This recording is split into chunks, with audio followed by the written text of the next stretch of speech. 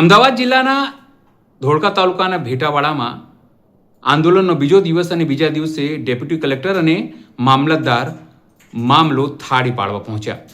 મહત્વપૂર્ણ બાબત એ હતી કે ગ્રામજનોએ સ્પષ્ટપણે એ વાત કહી કે તમે ગામમાં ફરો, સ્થિતિ જુઓ, શાળાઓની સ્થિતિ જુઓ, છોકરાઓની સ્થિતિ જુઓ અને ખેતીની સ્થિતિ જુઓ અને પછી નિર્ણય કરો કે આમાં શું કરવું જોઈએ. મહત્વપૂર્ણ બાબત એ છે કે મામલતદાર ગામના 5 આગેવાનોને કલેક્ટરથી મળવા લઈ જવાના હતા. તેમની યોજના આ હતી કે બેસીને સમાધાન કાઢી શકાય છે, પણ ગ્રામજનોએ વાત સ્પષ્ટપણે ના પાડી દીધી. એમણે કીધું કે તેમને સરકાર ઉપર, કલેક્ટર ઉપર, એસપી ઉપર વિશ્વાસ નથી. જેમને પણ ચર્ચા કરવી હોય તે છાવણીમાં આવે, આંદોલનની જગ્યા આવે. નમસ્કાર, હું છું ચિંતામણી પુતણી પટેલ. સ્વાગત છે આપનું મારા કાર્યક્રમમાં. આવો જોઈએ કઈ રીતે ડેપ્યુટી કલેક્ટરે, મામલતદારે ખેડૂતોને મનાવવાના પ્રયત્ન કર્યા, પણ ખેડૂતો ટસથી મસ્ત ના થયા અને છેલ્લે તેમણે સ્પષ્ટપણે કહી દીધું કે તમે આવો, જુઓ અને જે બી વાત હોય તે છાવણીમાં થશે, આંદોલનની જગ્યાએ થશે. આવો જોઈએ આ સમગ્ર ઘટના અને એના પછી શું નિવેદન અપાયા. જ્યાં સુધી આનો નિકાલ ના આવે ત્યાં સુધી આપણે ચાલુ રહેવાનું છે, પણ આપણે દરેક અધિકારીઓ આવશે.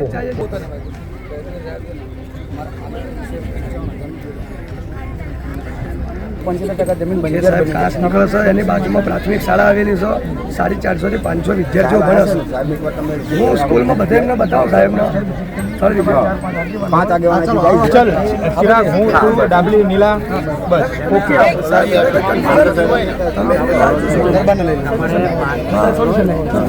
અને અમારા સાહેબ કાયદેસર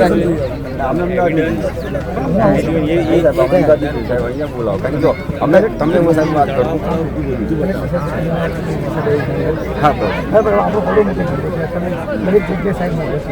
સાહેબ જો મને હું તમને કહી દઉં, મને કલેક્ટર સાહેબ છે પર વિશ્વાસ નથી રહ્યો. હું જો મારી તરફ સાહેબ તમે કહેતા મને નહીં ઓળખતા હોય. મારું નામ શૈલેષ. મેં ડરણ ગામની જે આંદોલન કર્યું હતું, ડરણ આંદોલન અમે જીત્યા. બાદમાં મારી પર હુમલો થયો, છરી વડે અપહરણ કરી, અને છતાં એ સાહેબે એવી અંદર આપી કમિટમેન્ટ એવી આપી વાત સાંભળો કે અમે આરોપીઓનો વરઘોડો કાઢશું. એ કલેક્ટર સાહેબ અને એસપી ઓમપ્રકાશ જાટ સાહેબ મારી સાંભળો એમને એવી રજૂઆત કરી અમે જાહેરમાં એમનો વરઘોડો કાઢશું. આજ સુધી એ લોકોનો પ્રેસમાં નથી આપ્યું કે આરોપી પકડાયા. સાહેબ આરોપી પકડાયા નથી એવું પ્રેસમાં આપ્યું તો વિચાર તો કરો. એટલે હવે અમને જે સાહેબ આ અધિકારીઓ ઉપર જે અમને વિશ્વાસ હતો ને સાહેબ, અમારો વિશ્વાસ ઉડી જાય છે સાહેબ આવા અધિકારીઓથી ખરેખર. હા અમે તમે સાહેબ અમે સાંભળશો, તમે પહેલી વખત નવા આવ્યા છો ને એટલે. બાકી અમારો જો તમે વિશ્વાસ તોડશો ને તમે તમારી ઉપર કંઈ નહીં સાંભળીએ. આ વસ્તુ જો સ્પષ્ટ વક્તા છું. હા આપણો પ્રશ્ન એવો છે કે તમારું સોલ્યુશન અમારો પ્રશ્ન એક જ કે પાણી બંધ જ થવું જોઈએ. કારણ કે આ ગામની સાથે તમે જો નવા આવ્યા છો, આ ગામ છે ને સાહેબ 3 દિવસ સંપર્ક પીવાનું હતું ધોળકાથી. આ ગામની અંદર તમે કેટલા ઘર પડી ગયા છે તમે સાહેબ એકવાર જોઈ લીધો. પેલો 20-20 લાખ રૂપિયાના મકાન પડી ગયા છે લોકોના. અને તમે જો ઘર અમારા પાણી ઘરમાં હતા લોકો. આ ધાબા હોય ને ધાબા ઉપર ચડીને 3 દિવસ કાઢે સાહેબ. એવી મજબૂરી આ લોકોને આવી ગઈ ધોળકા નગરના પાપે, ધોળકા નગરપાલિકાના પાપે. આપણે રસ્તામાં જે આવો છો તમે, પાણી એ જ ચાલુ છે, પાણી કન્ટિન્યુ. તમે સાહેબ એકવાર બધી જગ્યાએ વાડીમાં બધી જગ્યાએ વિઝિટ કરી લો સાહેબ, અને તમે વિડીયોગ્રાફી કરો એટલે તમે અંદાજો આવી છે કે આ લોકો કેટલા મુસીબતમાં છે એમ. હા અને કઈ જગ્યાએ પારો બાંધવો એ પણ તમે નક્કી કરેલો ગ્રામજનો અને દિવાલે આપણે એવી રીતે નહીં લેખિત કરીને જ જાય કે પાડો 10 વખત 25 વખત બંધાયેલો તમે જાહેરનામું કરવાનું કે ભાઈ 5 જણાની જે કમિટી છે એમને કમિટી વગર આ લોકો તોડી નહીં કે કોઈ. એ અમારે કમિટી બનાવવાની છે કે આ લોકો કમિટીની મંજૂરી જોશે આ તોડવા માટે. તો આ પાટો શું છે? હા બસ એ તમે જોઈ લો. ઉપર વધારે પૂર આવ્યું હોય ત્યારે તોડાવતા હોય, પછી બનાવી આપે છે કે નથી બનાવી? સાહેબ પૂર તો આટલા વર્ષોમાં આ વર્ષે કન્ડિશન ખરાબ હતી. બીજો આઈડિયા એ થાય કે તમે ડેમ જેવું હોય ડેમ જેવું બનાવી નાખો, ખાલી ચોમાસામાં એનો ખોલવાનું, જે વરસાદ પાણી આવે પીને બંધ કરી દેવાનું. એ વસ્તુ થાય. 2 ટ્રીટમેન્ટ આપણી પાસે. એટલે અમારો પ્રયત્ન એવો કે આ ગમે તેની સિવિલ ટ્રીટમેન્ટ પ્લાન્ટ સ્ટાર્ટ થઈ જાય, નગરપાલિકાનું પાણી સદંતર બંધ થઈ જાય. અમારે સાહેબ નગરપાલિકાનું પાણી ના આવે, નગરપાલિકાનું આવશે તો બીજા નદી અહીંથી વધારે દૂર નથી, નદી નજીક જ છે. કદાચ જો તમે અંદર 8 ફૂટના વેસવાળા જે તમે નળ છે ને એ તમે કદાચ અંદર નાખી દો શુદ્ધ પાણી કાંઈ તો ઓટોમેટિક જતું રહે. અને બીજો ફાયદો એ થશે કે આ જે વરસાદી પાણી છે ને, વરસાદી પાણીનો પણ નિકાલ થઈ જશે. આ જે ગામો પૂરથી પીડિત છે ને એ પૂરથી પીડિત થતા બંધ છે સાહેબ. અને સાહેબ બીજું એક કે આપણા ટેન્ડર લેવલ પર ટેન્ડર લેવલ પર છે. આ લોકો ટેન્ડર પાસ કરે એમને પૈસા થઈ ગયા છે આ લોકો. આમ તો મોઢે કીધું સાહેબ, કારણ કે આ લોકો ભૂપેન્દ્ર ચુડાસમા 1 થી 3 કરોડ રૂપિયા ફાળ્યા હતા. આ લોકો નર કેટલા નાખ્યા ખબર? 8 ઇંચના નર નાખ્યા. હવે આટલા તમે 13.6 પેલું આવતું હોય પાણી MLT, બરાબર, તો એ પાણી અંદર ધારે થયું સાહેબ. હવે વિચાર કરો, આવો લોકોનો ભ્રષ્ટાચાર છે આ લોકો. આપણે આથી સોલ્યુશન આવે હા, બસ અમારે એ જ જોઈએ. આવતી ફેર તમે કોઈ આવવાના છો કે અમારા ગામમાં પાણી આવે એવો પ્રયત્ન છે ને એવું થઈ જશે. બરાબર. હવે તમારા અંદરથી જે 4-5 હોય છોકરા અમારા તમારે જે હોય અમારી સમિતિ છે, ખેડૂત સંઘર્ષ સમિતિ, અમારી ખેડૂત સંઘર્ષ સમિતિ દ્વારા તમારી પાસે સાથે 5 માણસો મારા હા, આવશે. તમ તરાવ. તમારે એની સેફટી જવાબદારી મારી. બરાબર. બીજું શું, અહીંયા સુધી પહોંચાડવાની જવાબદારી કોઈને કશું નહીં થવા દીધું. પછી એવું નહીં, એમાં કલેક્ટર સાહેબ બોલાવીને તમે 5-10 તમારા ડીવાયએસપી ને SP હોય ને પછી બીજા ખસકાવે એવું ના થાય. આ વસ્તુ માતા દોડ ગામમાં થઈ. બિચારા 10 જણા અમે મોકલ્યા અને બિચારા એવા ખસકાઈ મૂક્યા ને તો અમને આવી કહે કે તમારા સુરત આમથી આમ થશે ને તો આ કે તમારે પાઇપલાઇન તો નખાશે સાહેબ. આ વસ્તુ મારે થઈ છે. અમે અનુભવમાં જ સાહેબ ગુજરી ચૂક્યા છીએ આ વસ્તુમાં. સોલ્યુશનમાં થાય. આપણો મુખ્ય મુદ્દો સોલ્યુશન આવી જશે. પાણી ફેક બાકરોલથી માંડી એ બધું થઈ જશે. આ કે છે ને આપણે પાણી બંધ કરે ઓટોમેટિક બંધ જવાનું અહીંયા આપણે પારો કરી નાખે વાત થઈ જાય પૂરી. સાહેબ ના તમે પાળો નાખશું એટલે ફક્ત આપણું આ પાણી પછી જ્યાં કોઈ નાખે આવી શકે નથી. એમાં તો એમને કોઈ નવરું નહીં હોતું, બધાને ખેતી ધંધા હોય છે, કોઈ આપણે સોલ્યુશન લાવવાનું. બસ તમે એકવાર છે ને આ લોકો સાથે જઈ જે અમારા 5 લોકો આવે હા 5 જણ કોણ જાય વિજયનગર તમે તમારા જે 5 હોય મહિના આવો દરબારને લઈને શું હાલે મેં બતાવે એમને વધારે નોલેજ છે એટલે 15 વર્ષથી લડે છે લોકો એમને ખબર છે. ખબર જાઓ 5 જણ જાઓ અમે અહીંયા રહો. એટલે અમે તમારી સાથે છીએ. તમે સરકારથી જો તમે અમારું ઘરે કામ કરો આંદોલન એવું જ થાય. અમને 11 દિવસ આંદોલન કર્યું, એક પણ ઘર્ષણ થયું નથી, એક પણ ફરિયાદ થઈ નથી અને અમે શાંતિથી આંદોલન ત્યાં ચલાવ્યું છે. એ ત્યાં ચલાવવાનું છે. અમે આપણે તમારું સોલ્યુશન લાવવાનું. બસ અમારે સોલ્યુશન તમારું સોલ્યુશન કરવા અને કેવું કે તમે ઘણી વાર ઇન્સિસ્ટ કરો કે સાહેબ તમારું સોલ્યુશન આવી જશે. બરાબર. Thank you. પાછી સમાધાન કરાવી દઈશું. બરાબર.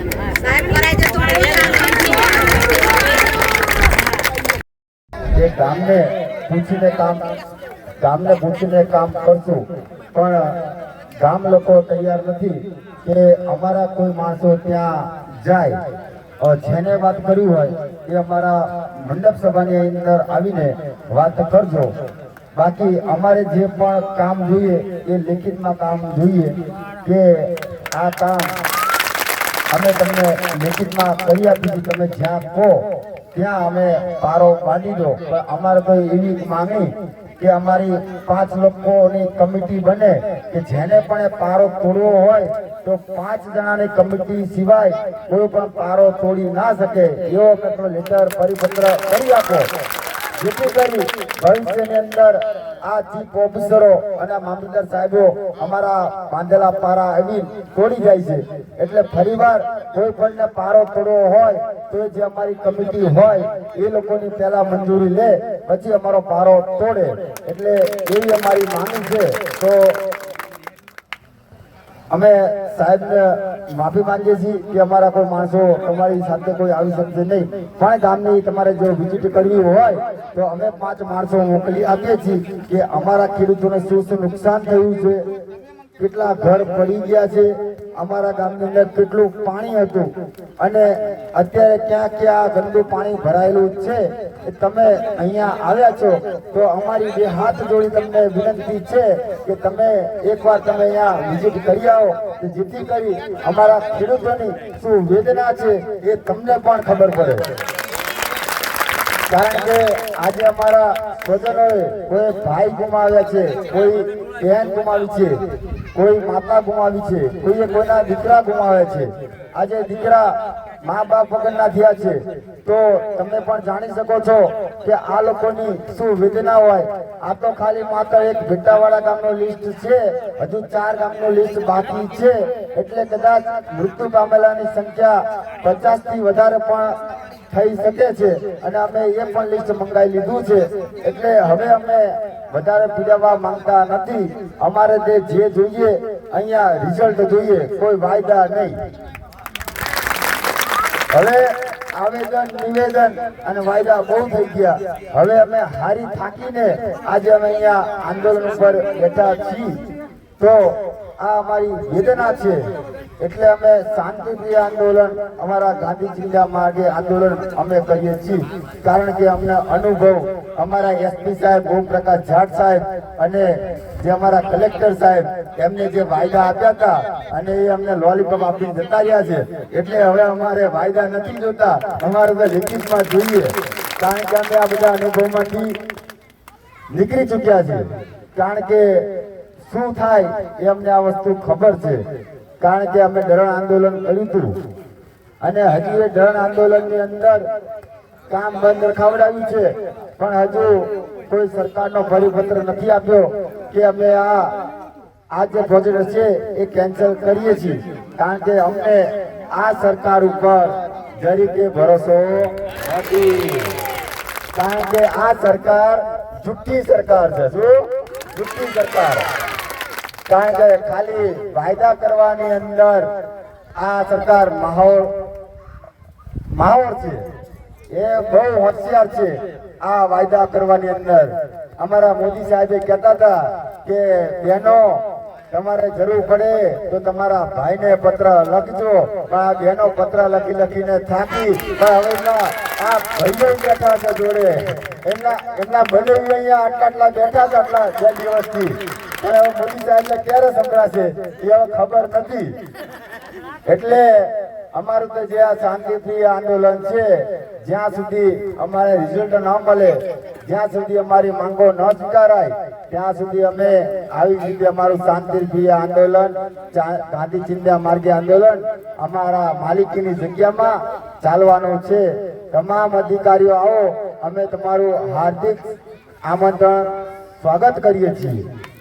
અમારા તમને ખાતરી આપીએ છીએ કે તમારા કોઈ પણ અધિકારી આવે તો અમારા એક પણ માણસો તમને કાંઈ ભૂલશે નહીં, એની ખાતરી આ શૈલેષ ભેર આપે છે.